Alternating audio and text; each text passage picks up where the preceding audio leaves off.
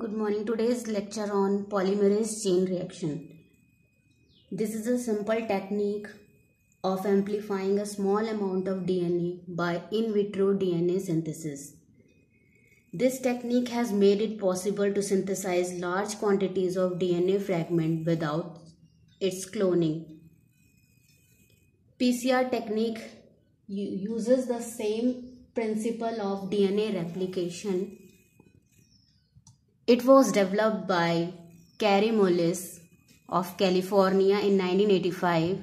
PCR technique requires number 1 DNA template, that is the DNA molecules recovered from any source that contains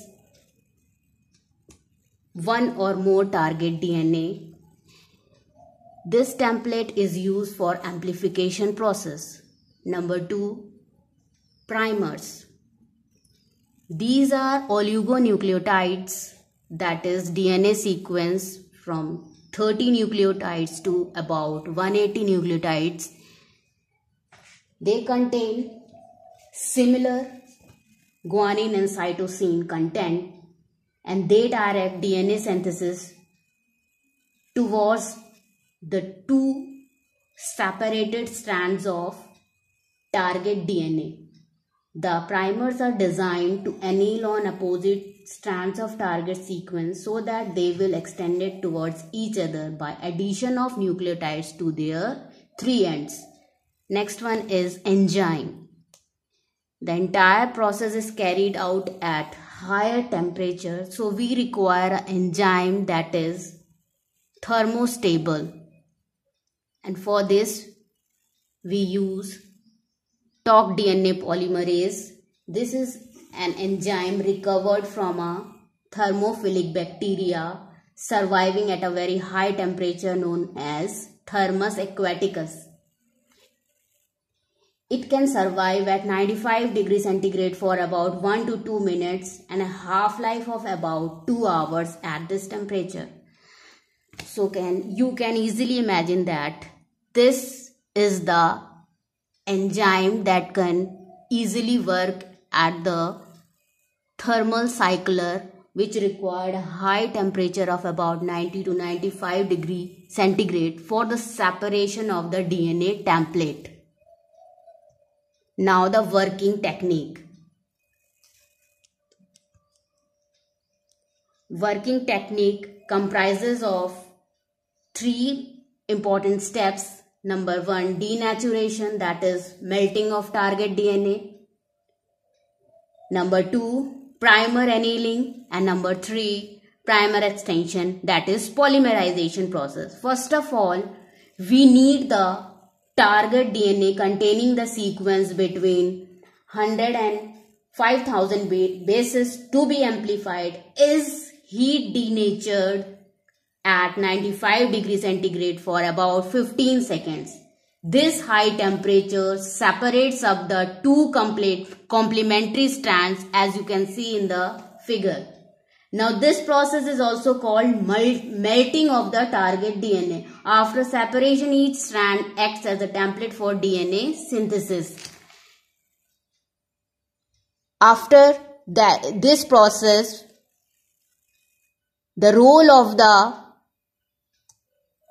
primers comes into action. The two separated ends, now the primers, that is the oligonucleotides, binds at the two opposite three ends of the separated strands. As you can see in the figure, one is shown by the green color and another primer with the blue one. Primer annealing always occurs at the three end of the single stranded template. The primers anneal, hybridize each template. Primers are added in excess and the temperature lowered to about 68 degrees centigrade for 60 seconds. The primers form hydrogen bonds, that is, they anneal to the DNA on both sides of DNA sequence. The annealing temperature varies, but the too low temperature favors mispairing. The annealing temperature can be calculated by the formula T is equal to 280 plus 4G plus C. After the annulment process, the next step comes, that is primer extension. For this process is also known as polymerization. For this process, we need nucleotide triphosphates, that is DNTPs, DATP, DGTP, DCTP and DTTP. And a thermostable DNA polymerase are added to the reaction mixture. The DNA polymerase enhances the polymerization process of primers and therefore extends the primers, resulting in the synthesis of copies of target DNA sequence. DNA polymerase, which are thermostable, that is, they function at high temperature as we discussed previously. That is, only the top DNA polymerase can act at this step. The concentration of magnesium ion is also maintained here between 1 and 4 micromillimeters. This is the step where DNA is copied from primer sites for various distances until the start of the second cycle. As you can see in the figure, the DNTPs are joining end to end and they complete the strands, so we get 2 new DNA strands at the end of the primer extension process cycle 1. Now, the entire process is summarized in this figure. As you can see, the double helical model of the DNA. The round circles are showing the sugars and the strand is showing the phosphate element, and bonds between A and T is shown by a double bond, double hydrogen bond, and GC bond is triple hydrogen bond. And next one is PCR components. First of all, we need DNA sample.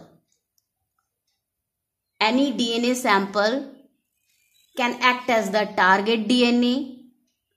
Next one are the primers, that is oligonucleotides rich in GC content. And next one is the nucleotides, DNTPs for adenine, guanine, cytosine and thymine.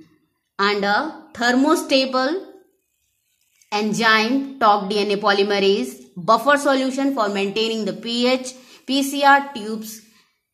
Inside these tubes, the DNA samples and primers are annealed, and the thermal cycler, as you can see in the figure, thermal cycler for the entire process. And next in the figure you see the PCR process, the steps, that is number 1 denaturation, number 2 annealment, and the third one is DNA extension or polymerization. High DNA melts the DNA sample and it gets separated. Number 2, primers anneal at the 3 end, and number 3, DNTPs in the presence of TOC DNA polymerase fulfilling the entire DNA and synthesizing the new DNA strands, so the double helical model of DNA is regained again. This is a simple one cycle of PCR technique. A number of cycles we required for amplifying the DNA. So this process, from a very small aliquot of DNA, we can recover a huge amount of DNA. As you can see in the figure, after one cycle you get 2 copies, after another cycle you get 4 copies, and then 8 copies, and so on. After 20 to 30 cycles, millions and millions of copies of DNA are recovered in a short duration. Now we come to the applications of PCR technique. PCR has some of the major roles in diagnosis of pathogens, diagnosis of specific mutation, prenatal diagnosis, DNA fingerprinting, in researches, in paleontology, in diagnosis of plant pathogen. And number 1, Number one is diagnosis of pathogens. Several pathogens are known that grow very slowly. Therefore, their cells are found less in number in the infected cells or tissues. It is difficult to culture them on artificial medium. Hence, for their diagnosis, PCR-based assays have been developed. These detect the presence of certain specific sequences of the pathogen present in the infected cells or tissues. It is useful in detection of viral infection before they cause symptoms or serious diseases. The diagnosis kit for AIDS is based on this technique only, and this technique is known as ELISA technique. Number two, diagnosis of specific mutation. A small change in the DNA sequence can lead to mutation, and that change can be detected using PCR technique, and we can easily know the basis of the problem created in the humans like sickle cell anemia, phenylketonuria, and these can be treated as well. Next one is prenatal diagnosis. Several genetic diseases can be detected when the embryo is developing in the mother's uterus, and the genetic diseases that are not curable, then it is recommended to go for abortion of the developing embryo. Next and most important of the PCR applications is in DNA fingerprinting. It is more successfully used in forensic sciences for searching out for criminals, rapists, solving disputed parentage, and uniting the lost children to their parents. This is done through making a link between the DNA recovered from the samples of the blood, serum, semen, hairs, or that is recovered at the point of the crime, and the DNA of the suspected individuals, or between the child and his or her parents, relatives. Next one is in researches. New microorganisms isolated from various extreme environments like soil, waters, sediments, air, extreme habitats. Their DNA is confirmed for the identity of the DNA sequence of the known microorganisms. Their DNA and RNA can be amplified. So it is easy and useful to determine the orientation and location of the restriction fragment related to the previously known microorganism. So the new strains can be related to the older one.